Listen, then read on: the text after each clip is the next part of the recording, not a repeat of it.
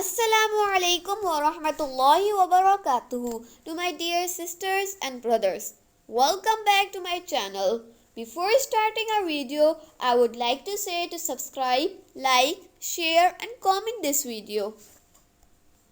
Today I am over here to review an Arabic book for all beginners who want to improve their language. Reading is important for language as much as breathing is important to live. So do not forget to read this book. I will highly recommend this book to all beginners. The name of the book is Ana wa Akhi. Ana means I, wa Akhi means and my brother. In this book there are two characters. There are some countings and some daily use words in this book with pictures. In the end of the book there is given tricky words with the pictures so that you can understand the meaning of words.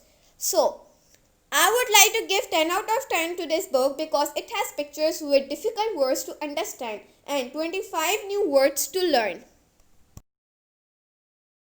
I would recommend this book to all beginners. If you want me to read this book with Urdu and English translation, so you have to give 20 likes to this video.